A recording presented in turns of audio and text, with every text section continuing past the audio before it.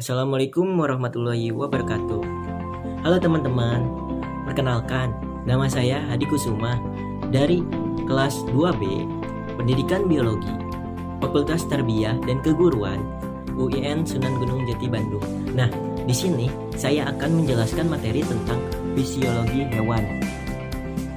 Nah, dengan menggunakan media pembelajaran yang berbentuk mini flip charta ini yang telah saya buat. Jangan lupa kalian like, comment, and subscribe ya teman-teman. Teman-teman, kita ke slide yang selanjutnya ya. Ada pokok bahasan. Nah, dalam fisiologi hewan, saya membaginya menjadi 4 pokok bahasan. Yang pertama yaitu definisi fisiologi hewan.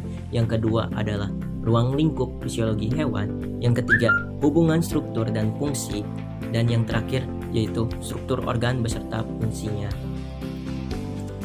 Kita lanjut ke slide yang selanjutnya dan sekaligus materi yang pertama yaitu definisi fisiologi hewan.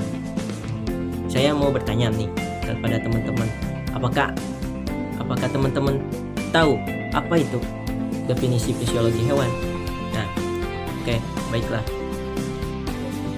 Definisi fisiologi hewan yaitu cabang biologi yang mempelajari fungsi dasar dan mekanisme kerja alat-alat tubuh dalam kondisi normal, yaitu dalam rangka menciptakan kondisi homeostasis. Nah, fisiologi hewan juga disebut ilmu yang mempelajari fungsi, mekanik, biokimia, dan dari hewan. Dua ya teman-teman, tentang ruang lingkup. Nah, dalam fisiologi hewan pastinya ada ruang lingkup atau cakupan materinya ya. Dalam ruang lingkupnya fisiologi hewan meliputi struktur perkembangan hewan, terus homeostasis, sistem pencernaan, sistem koordinasi, sistem respirasi, ada juga hormon, terus struktur dasar dan jenis otot, fungsi transportasi dan non transport pada darah. Yuk ke slide yang berikutnya ya teman-teman. Di sini ada poin yang ketiga yaitu hubungan struktur dan fungsi fisiologi hewan. Nah, dalam struktur dan fungsi ini memiliki hubungan yang sangat erat dan kuat antara fungsi dan struktur pada semua tingkatan organisasi biologi. Nah, fungsi ini sendiri tergantung pada kebenaran struktur yang ada yang melampaui jangkauan keseluruhan proses fisiologi.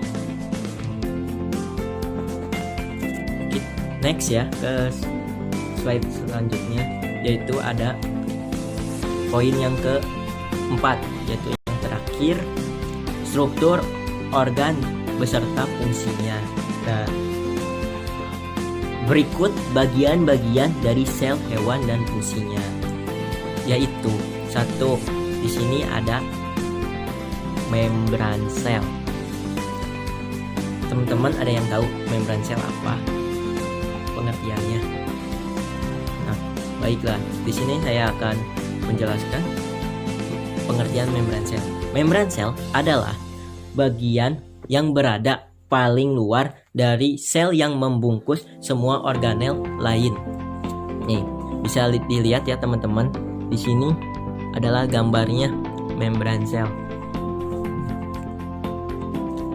Nah, di sini juga ada di gambar kita bisa lihat ya, ada glikoprotein, ada glikolipid, terus ada protein hidrofilik, ada sitoplasma, ada ekor asam di sini nih.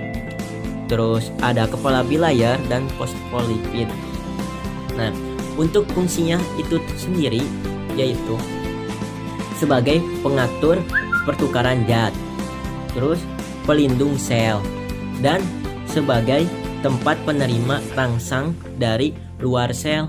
Nah, yang kedua yaitu retikulum endoplasma. atau yang disebut juga RE. Nah, RE yaitu struktur benang yang bermuara pada inti sel. Adapun fungsinya yaitu sebagai sintesis protein, terus transformasi berbagai macam zat kimia, dan pengendalian aktivitas sel. Nah, bisa dilihat ya teman-teman, ini gambarnya RE, retikulum endoplasma. Nah, ini di poin yang selanjutnya yaitu ada yang ketiga, nukleus atau disebut juga inti sel. Nah, pengertian nukleus yaitu bagian dari inti sel yang mengatur semua aktivitas sel, karena di dalam inti sel terdapat kromosom ya teman-teman. Nah, untuk fungsinya itu sendiri yaitu sebagai faktor keturunan, terus pengatur sintesis protein sel, terus ya tempat transportasi berbagai zat kimia. Nah, di sini ada yang keempat yaitu centriole. Centriole adalah struktur terbentuk tabung yang terdapat dalam sel eukariota. Nah, adapun fungsinya yaitu sebagai bahan pengontrol pada saat pembelahan sel selama pembentukan benang-benang gelandong. Terus yang kelima yaitu sentrosom. Adapun pengertiannya yaitu sel yang memiliki centriole yang bertanggung jawab ketika terjadinya pembelahan sel. Adapun fungsinya, sentrosom adalah sebagai peran penggerak kromatin pada saat pembelahan sel. Nah, ini yang tadi gambar nukleus ya teman-teman. Ini ya teman-teman. Di sini ada yang keenam, ribosom. Nah, ribosom adalah salah satu organel yang berukuran kecil dan padat. Adapun fungsinya yaitu sebagai tempat berlangsungnya sintesa protein. Dan yang ketujuh yaitu mitokondria. Mitokondria adalah organel tempat berlangsungnya fungsi respirasi sel pada makhluk hidup. Nah, adapun fungsinya yaitu sebagai tempat berlangsungnya respirasi aerob. Sel ini memiliki banyak aktivitas metabolisme yang tinggi, misalnya pada sel otot jantung ya teman-teman. Nah, untuk yang ke-8 ada lisosom. Lisosom adalah suatu organel kecil yang berbentuk bulat yang terikat dengan membran. Nah, adapun fungsinya yaitu sebagai tempat mencerna sel luar yang tidak dipakai dalam sel. Oke. Ini mah cuman edukasi aja ya, gambaran doang. Ada buaya, ada katak. Kita ke slide yang terakhir ya teman-teman. Di sini ada yang ke-9 yaitu ada sitoplasma. Nah, adapun definisinya yaitu sitoplasma adalah zat atau cairan yang ada di dalam sel atau yang disebut matriks. Adapun fungsinya yaitu sebagai tempat utama pada saat terjadinya proses kehidupan. Nah, yang ke-10 yaitu kompleks Golgi atau disebut juga badan Golgi ya teman-teman. Di sini organel ini terdapat hampir semua sel eukariotik dan banyak dijumpai pada organ tubuh yang melaksanakan fungsi ekskresi teman-teman. Pun fungsinya yaitu sebagai bahan perakit pada mikro yang mempunyai banyak karbohidrat.